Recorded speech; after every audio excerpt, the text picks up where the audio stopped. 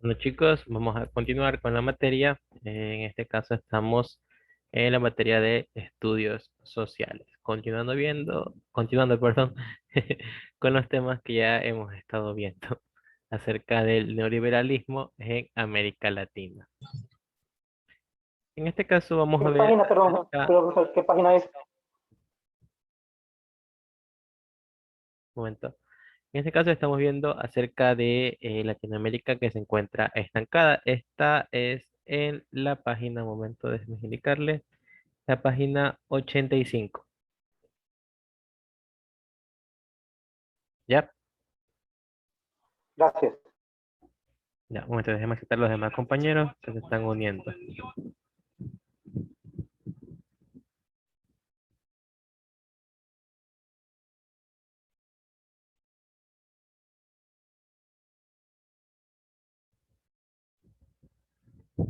Un momentito.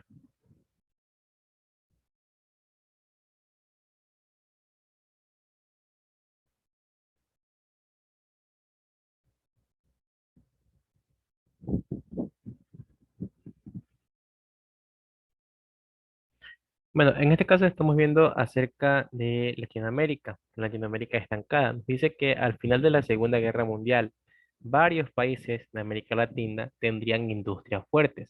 Recuerden que el que más había sobresalido era el caso de Brasil. Ahora, y estaban entre las 20 economías con mayor crecimiento en el mundo.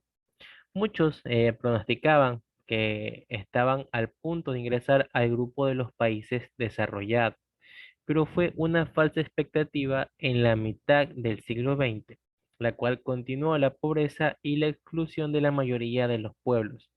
Y bueno, nuestros países quedaban detrás, no solo de los de Europa, sino de los de varios asiáticos. En este caso, en América Latina, el neoliberalismo comenzó antes y ha enfrentado mayores resistencias, teniendo en cuenta que esta es una práctica reaccionaria, un pensamiento conservador y un modelo de acumulación basado en agresiones a los trabajadores. En un marco de mayor internalización de capital, hubo una etapa inicial de ajuste y otra fase posterior de, en este caso, privatizaciones durante las dictaduras y las transiciones posteriores.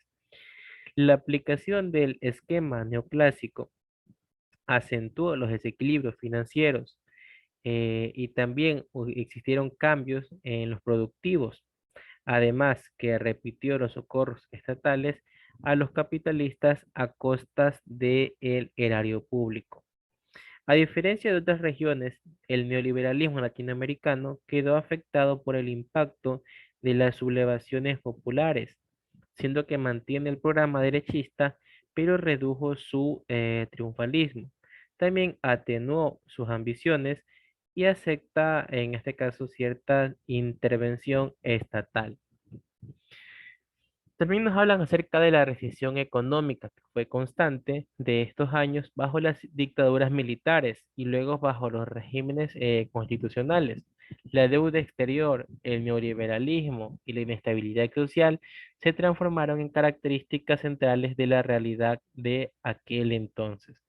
Todos estos factores iban sumando a que en este caso no se pudiera desarrollar de una manera óptima. Ahora, vamos a ver acerca de la crisis de la deuda.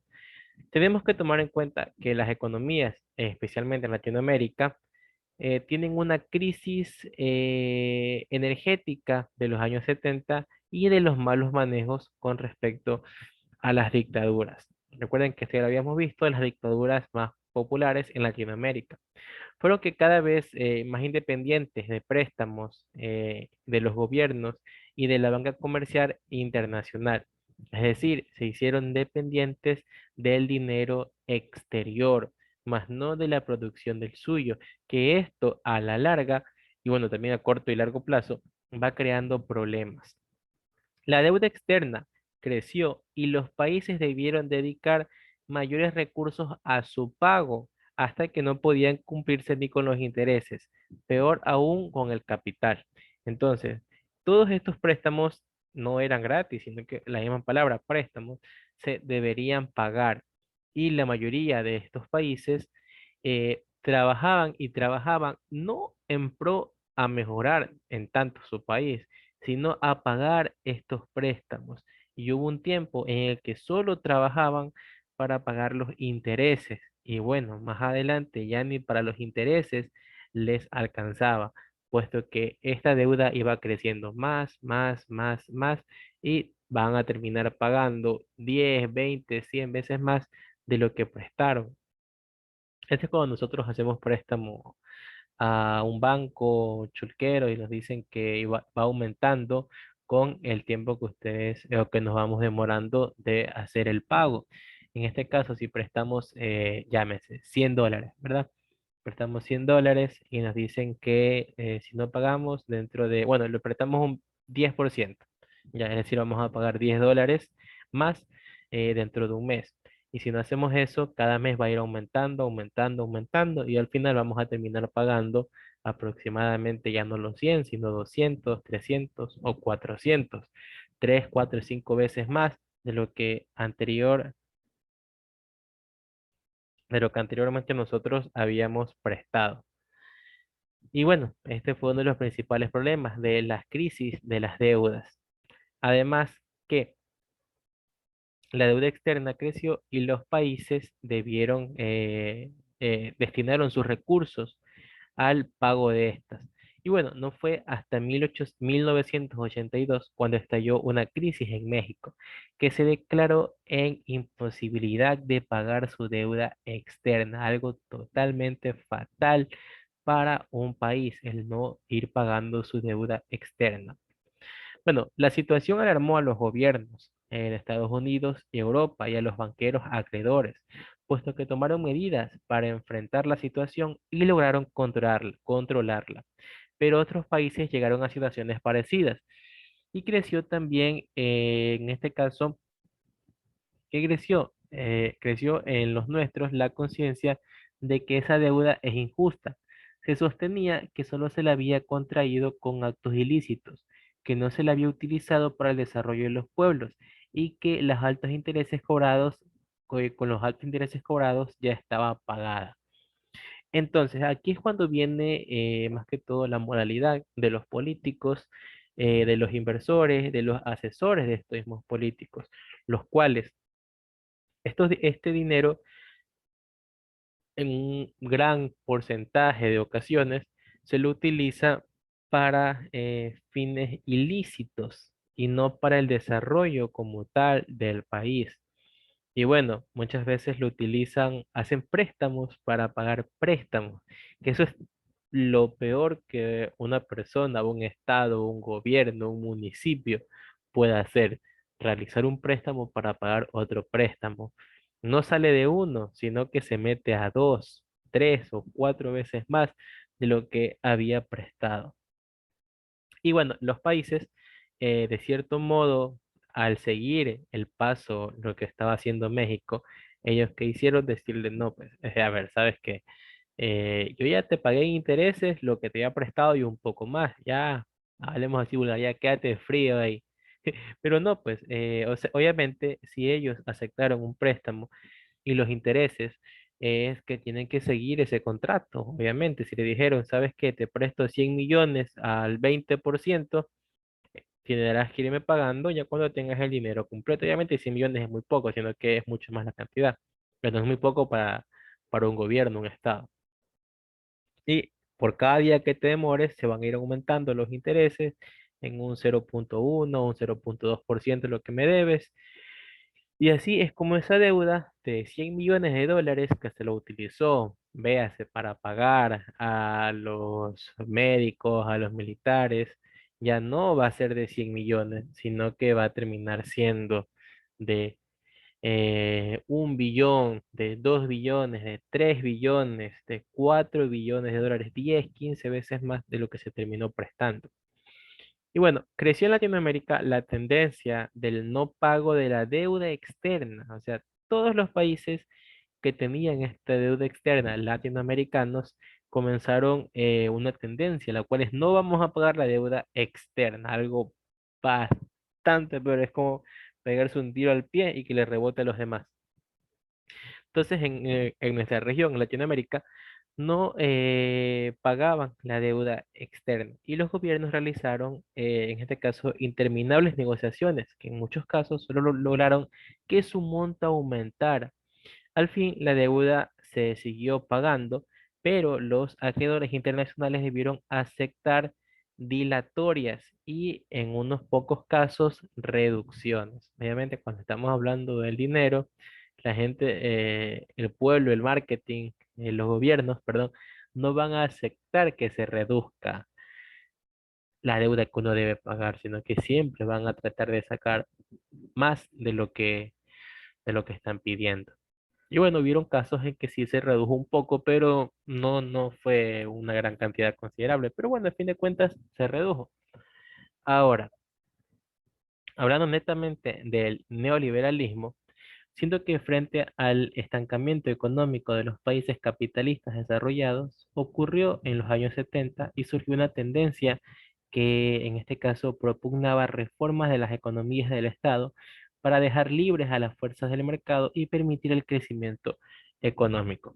Obviamente, un país que se enfoca netamente en pagar su deuda externa no se va a enfocar a trabajar para el desarrollo, sino que, un ratito chicos, un ratito por favor.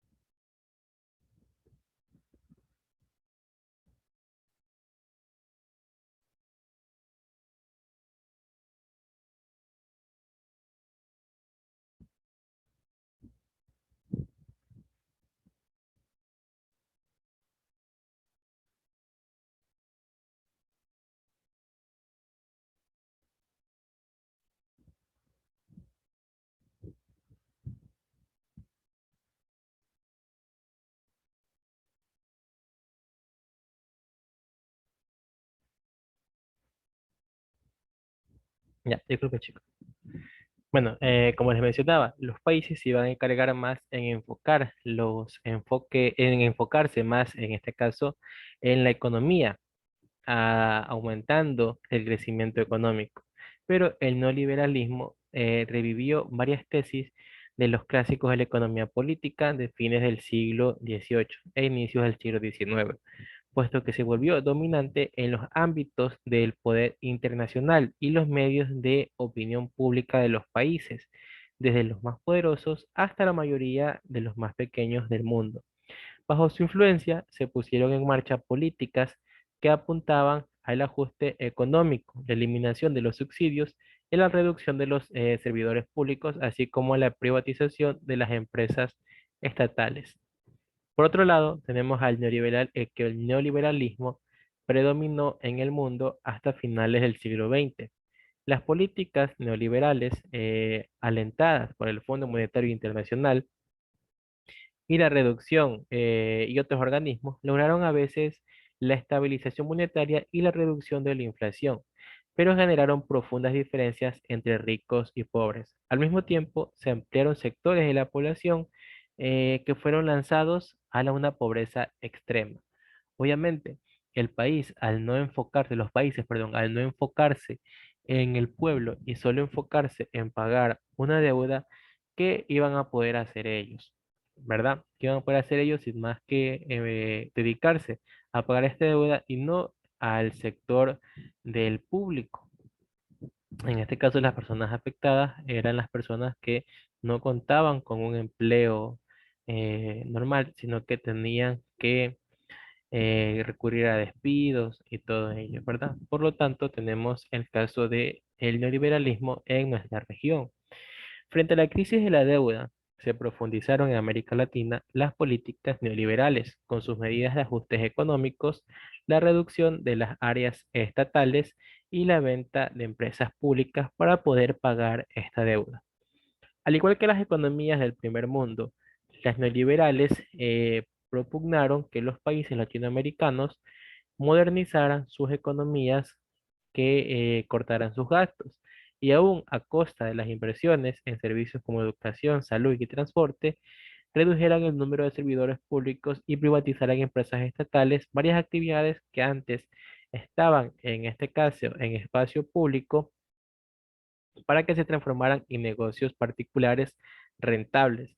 Esto fue uno de los principales acontecimientos o efectos que trajo el neoliberalismo, que empresas públicas pasaran a ser privadas. Todo esto con el fin de tener el pensamiento de que si esta empresa antes estaba manejada por el Estado, pero ahora viene un empresario, varios empresarios, un grupo, y la maneja, quizás puede dar mejor rentabilidad al país que estando de manera pública.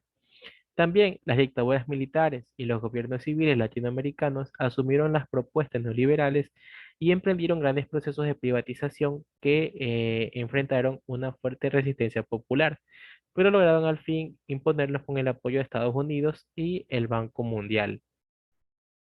¿Cuál fue la reacción popular que hubo frente a ello? Bueno, la aplicación del neoliberalismo en América Latina impactó negativamente en la economía de la población, como mencionaba, despidos a empleados públicos, las quiebras, privatización de empresas estatales, la reducción de los negocios privados y la caída de los precios de artículos de exportación, además del aumento del precio del combustible y el transporte provocaron un desempleo masivo.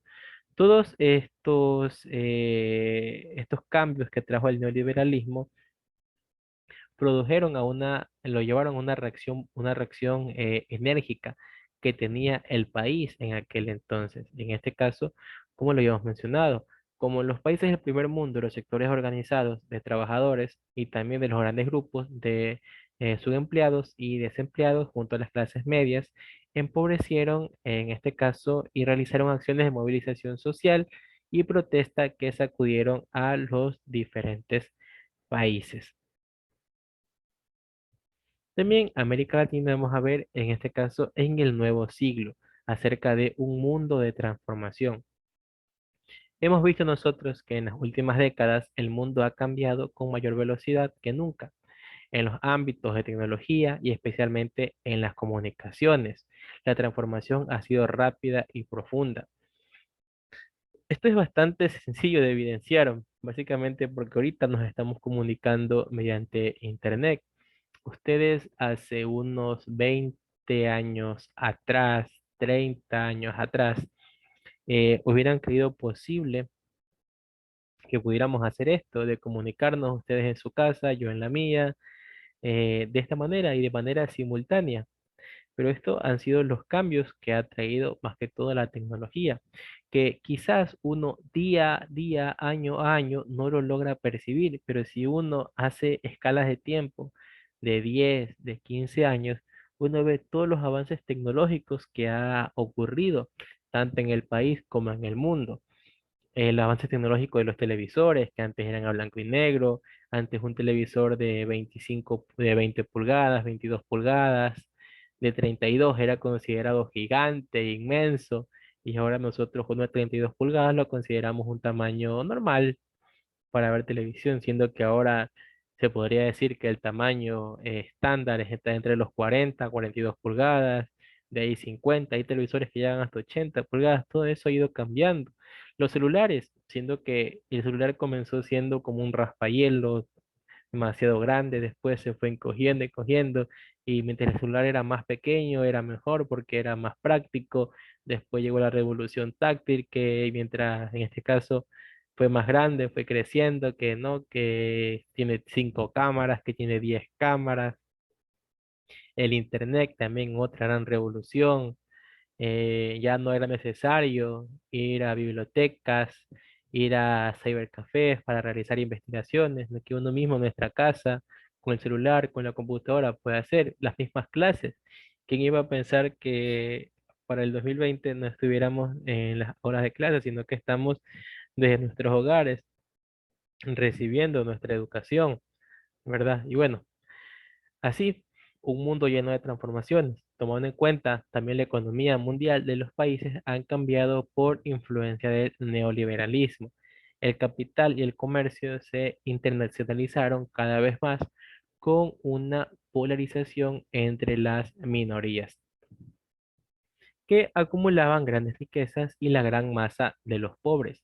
Crece la brecha entre los países pobres y ricos, el empobrecimiento y el despilfarro de los recursos planetarios, en especial de las fuentes de energía, han despertado movimientos sociales que reclaman un modelo alternativo al neoliberalismo y a la vigencia de un nuevo orden económico internacional. Por otro lado, en nuestra región, en América Latina, se encuentra inmersa en ese mundo que se está convulsionado y ha entrado a un nuevo siglo con grandes situaciones de inequidad y de pobreza, ahora frente a serios desafíos que tenemos nosotros presentes en el siglo XXI. Con respecto al desarrollo como tal de América Latina, hay que tomar en cuenta que en el siglo XX, en América Latina, se han aplicado tres modelos de desarrollo distintos, aunque a veces superpuestos. El primero, el cual se encuentra basado en lo que son las exportaciones con respecto a las materias primas y a los productos agrícolas a cambios de artículos de manufactura y de conocimientos técnicos de las regiones. Es decir, como lo que se tenía anteriormente, los trueques, tú me das tanto, tú me das esto, yo te doy esto. No, que lo mío tiene mejor, entonces te doy dos más de este de aquí y me lo puedes intercambiar. Además, el segundo fue la industrialización por la sustitución de importaciones, como lo sugería el CEPAL. El tercero, dominado a fines del siglo, planteó una estrategia de desarrollo hacia afuera que debilitó la intervención estatal en la economía, a diferencia de lo que hicieron los países asiáticos de reciente industrialización. Ninguno de los tres modelos, salvo algunas regiones, como es el caso de Brasil y de México, lograron lo que es el objetivo que decidían perseguir, el cual era el desarrollo económico y la industrialización. Las cifras, por otro lado, nos dicen que en algunos aspectos hemos avanzado, en otros seguimos estancados y ciertos problemas se han agudizado. En los años 90, América Latina se incorporó con las grandes desventajas a la economía global, pero en gran parte a una población latinoamericana que sigue excluida en los sectores dinámicos de muchos lugares a los niveles de vida alcanzados luego de la Segunda Guerra Mundial. Estos han retrocedido. También hay que tomar en cuenta que antiguas regiones y países con industrias desarrolladas como Argentina y Chile volvieron a especializarse en la exportación de minerales, alimentos, productos agrícolas y pesqueros. A esto se lo llama la reprimarización de las economías. América Latina sigue sin encontrar un modelo de desarrollo que asegure el bienestar y futuro de la población. Nosotros solo estamos probando, probando, probando, probando y obviamente entre muchas pruebas hay errores. Y hasta el que no lleguemos a dar con el punto exacto, vamos a seguir teniendo una economía débil con respecto a los gigantes, como es el caso de América del Norte. Bueno, en este caso particularmente Estados Unidos, Canadá, Europa y los gigantes asiáticos que cada vez crecen más, más y más.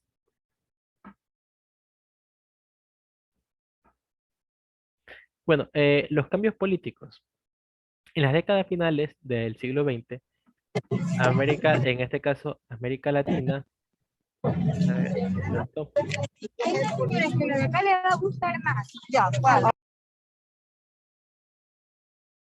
ya, como les mencionaba, señorita Karen, se le activó la cámara.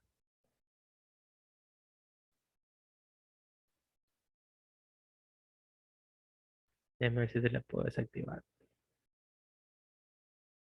Ya. Bueno, como les había mencionado, En las décadas finales del siglo XX, América Latina transitó de las dictaduras militares a regímenes constitucionales que se sucedieron con cierta regularidad. Se ha logrado también que funcionen las instituciones y representaciones, con ello se robusteció la tendencia democrática. En la mayoría de los países donde había guerra civil se firmó la paz, aunque todavía quedan muchos casos para juzgar y se siguen cometiendo atropellos. Se persiguieron avances en los derechos humanos. Además que los golpes de estados reciben rechazo masivo, aunque la Organización de los Estados Americanos, la OEA, no ha logrado establecer un mecanismo seguro de la preservación de la democracia. La herencia del neoliberalismo y de la recesión también, a la vez, de la recesión económica, se tiene como una especie de efectos sociales dentro de la política de ajuste y el peso de la deuda externa se mantiene.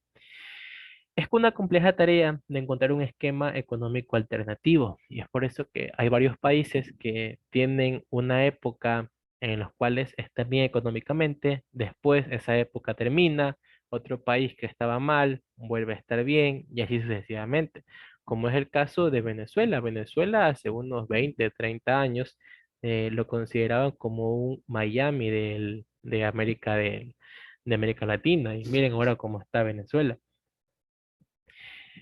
Países también que han ido creciendo su economía, llámese el caso de Perú también.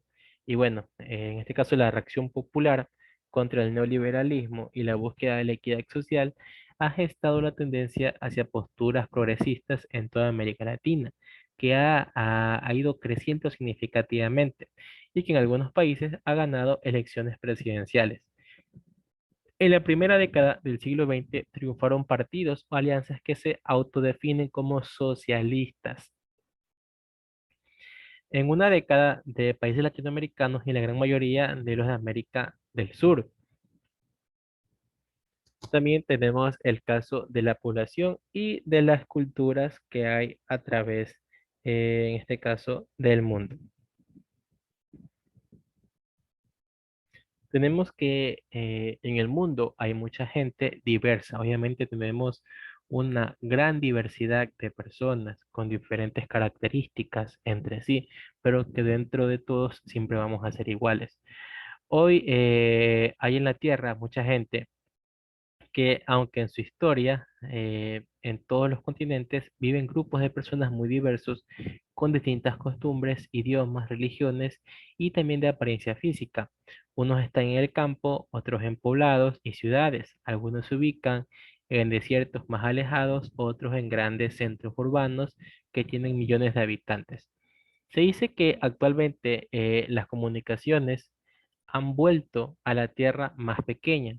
Por eso es que un mayor número de gente puede conocer esa diversidad humana que hay en el planeta. Obviamente en la antigüedad, cuando no existía esto de la tecnología, esto del internet, era mucho más complicado poder encontrar en este caso, las diferentes similitudes que han existido a lo largo de lo que se ha congestionado como la Tierra. Y es lo que hablamos acerca de la diversidad, puesto que cuando se mira a los habitantes del mundo, se descubre de inmediato que la talla fluctúa desde un poco más de 1 metro hasta cerca de 2 metros. En este caso, nuestro país se podría decir que tiene una estatura aproximada de 1,65 m, mientras si nosotros vamos a países de Europa, vamos a Estados Unidos, vemos que hay personas bastante altas y nosotros que nos consideramos altos dentro de nuestro país, pasamos a ser los más pequeños y los más pequeños de nuestro país van a ser más y más pequeños. Y bueno, el color de piel también es muy diferente. Buena parte de la población tiene tez muy oscura, otro sector la tiene muy clara, siendo que hay distintos tonos intermedios. Entre los primeros están los llamados afrodescendientes, debido a su origen en África. Y a las tres claras comúnmente se los llama los blancos. Las personas que vienen del sur de Asia, entre ellos de la India, tienen la piel más bien oscura, pero allí mismo existen desde, en este caso, muy antiguas, algunas poblaciones consideradas blancas. Los indígenas en América tienen la piel llamada cobriza porque se parece al color del cobre. Los habitantes del norte de África, llamados en este caso magrebíes, tienen una tez colorada y muy frecuentemente se llaman grandes ojeras. Y los habitantes del centro de Asia, a cambio, tienen los ojos rasgados, por eso que la gente se los conoce como los chinos. También tiene que ver mucho lo que tiene, lo que corresponde al ambiente. En este caso, está demostrado que las características físicas de los grupos humanos se desarrollan para adaptarse en el ambiente en el que viven. Los esquimales, por ejemplo, se encuentran adaptados al frío extremo y los del centro de África a los grandes calores.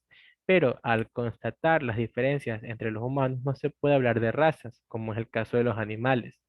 Para ello hay muchas razones, entre otras el que ha habido desde hace siglos muchas mezclas y una gran parte de la población del mundo ya no se puede catalogar en lo que sería una raza. En muchos lugares de América, como el Caribe o Brasil, por ejemplo, un gran sector de la población tiene características de los indígenas originales. Y obviamente nosotros tenemos culturas, puesto que las culturas, se ha discutido mucho sobre qué es una cultura, cuál es el concepto exacto de una cultura. Por eso no es posible dar una definición exacta, pero sí se puede describir una cultura como un grupo humano que tiene sus propios modos de vida históricamente asimilados o conocidos también como una cosmovisión, que es la forma en la que se va a representar a la vida como tal, es decir, cómo nosotros la vamos a percibir. Es decir, cada cultura tiene su cosmovisión. Por ejemplo, la cosmovisión de la costa obviamente se expresa con bailes, se expresa en la gastronomía, asimismo la cosmovisión de la sierra, del oriente. Las culturas más antiguas del mundo eran cazadoras y recolectoras y recorrían los territorios en grupos grandes detrás de quienes, detrás de los animales que cazaban y recogían los frutos, en este caso, de la naturaleza. Algunos eran pescadores, tenían costumbres propias, un lenguaje y reglas para la vida social. También hay en el mundo algunas culturas, pero la inmensa mayoría se ha integrado dentro de la cultura moderna. Ahora, la mayoría de la población del mundo vive en pueblos y ciudades con vías de comunicación y aparatos que son productos de la tecnología. Allí también tienen sus modos de vida propios, con su organización, sus propias lenguas, costumbres y diversas maneras de participar en lo que es una sociedad, lo que parte de una necesidad del diálogo. Hoy hay una gran variedad de culturas, pero eso no puede llevarnos a pensar que hay culturas superiores e inferiores. Todos son iguales y diferentes. Aunque algunas tengan más desarrollo técnico que otras, todas tienen grandes riquezas humanas que aportar. Inclusive aquellas en las que buena parte de sus miembros no saben leer ni escribir, pero conocen el medio en el que viven. Recordemos, por ejemplo, que algunas enfermedades han podido curarse con medicinas que conocían las culturas amazónicas, en donde los avances modernos no existen, pero como conocían su ambiente, podían usarlo para cuidar su salud. Nadie debe pensar que su cultura propia es superior y que la de los otros es inferior debido al color de la piel o a la religión que practican. Peor aún porque sus miembros son pobres. Estas actitudes se llaman discriminación y racismo. No solo violan los derechos fundamentales de las personas, sino que impiden las buenas relaciones que deben existir entre los pueblos, ya que necesitan de unos a otros para subsistir. Y bueno, en prácticamente todos los países del mundo hay diversas culturas y como resultado de una historia de movilidad poblacional en guerras, conquistas e intercambios comerciales, por eso se dice que los países son multiculturales, es decir, que con varias culturas. Este es el caso de nuestro país, Ecuador, que es un país multicultural. Por eso, lo último son una sola constatación de la realidad, porque no es suficiente que las culturas coexistan, sino que deban relacionarse entre sí. ¿Con qué?